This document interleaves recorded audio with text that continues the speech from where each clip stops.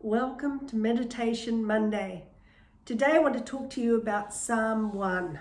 It's one of my favorites, and in the aftermath of the intense heat that we've experienced here in Seattle, it's become even more special to me, and it's taken on new biblical meaning.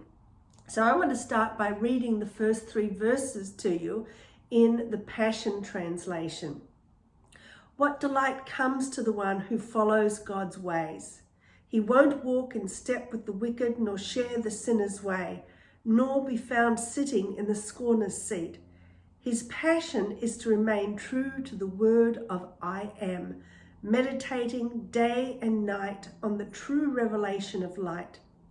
He will be standing firm like a flourishing tree, planted by God's design, deeply rooted by the brooks of bliss, bearing fruit in every season of life. He is never dry, never fainting, ever blessed, and ever prosperous. When I think of a tree planted beside a stream, I think of this painting, one of my very special paintings from Australia. And this beautiful tree here is an Australian Red River gum. Red River gums are common in Australia, particularly in the dry interior, and they always grow along the banks of river courses, some of which dry up during the dry season. And then they're periodically inundated with floodwaters. So the Red River gums can withstand both drought and flood, being able to stand up to 9 months, amazing, 9 months of immersion in the floodwaters. This tolerance is because of their extensive root system. In drought, they reach down their roots 30 to 40 feet to the subterranean water systems underneath. And at the same time, some of their roots contain a spongy, air-filled tissue that accumulates and transports oxygen in waterlogged soils. Red River gums grow huge, as you can tell from this painting here, and they can live up to 1,000 years. They often provide shelter from the heat for both animals and humans alike. And one of my lovely images from my childhood is of a herd of kangaroos lounging in the shade under one of their canopies. Their roots really do go down deep. My hydrangeas, on the other hand, have shallow roots and probably remain in the top 6 inches of the soil.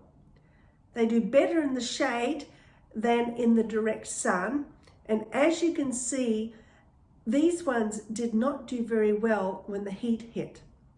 Such a vivid contrast to the trees in my painting. We all need deep root systems like the Australian Red River gum. We need to be able to survive in times of drought as well as in flood, when we feel inundated by the world's problems and by the challenges of our own lives. In Australia, drought is often followed by flooding rains, so being able to survive both situations is essential. This last year has flooded all of us with downpour after downpour of rain, and in its aftermath we feel dried out as though we are in the middle of a drought. So as I sit here today contemplating this painting, I wonder what helps me build my root system so that it goes deep into the hidden sources of God's water beneath me. What within me stores oxygen for those times when I feel flooded by the challenges both of my life and of our world? 3 key things come to mind that I do on a regular basis when I think about this. And you're probably sick and tired of me talking about these, though I feel we can never remind ourselves too often. Firstly, my morning contemplative times, like practicing breath prayers and meditating on my contemplative gardens. I never get tired of sitting in my sacred space in the early morning, drinking in the presence of God in the stillness around me. And it really is like drinking in water in a time of drought. My awe and wonder walks are the second thing, both around my garden and through our neighborhood. And absorbing the beauty and wonder of God's created world enables me to worship God with all my senses, both growing deep roots and storing oxygen for those times of torrential rain. Then there are my regular retreats. Nothing is as soul renewing for me as the quarterly retreats my husband Tom and I take. Like most of us, I lead a busy life, and the challenges of the busyness alone can flood my soul with negative thoughts and emotions that dry me up inside. Without these retreats, I would not survive. I love to see the scriptures come to life as I examine them with real life examples from God's creation world, as I'm doing here. And I particularly love the imagery of this tree rooted deep by a stream where it can grow down into the deep subterranean water sources. Whenever I see a red river gum when I go back to Australia, Psalm 1 comes to mind.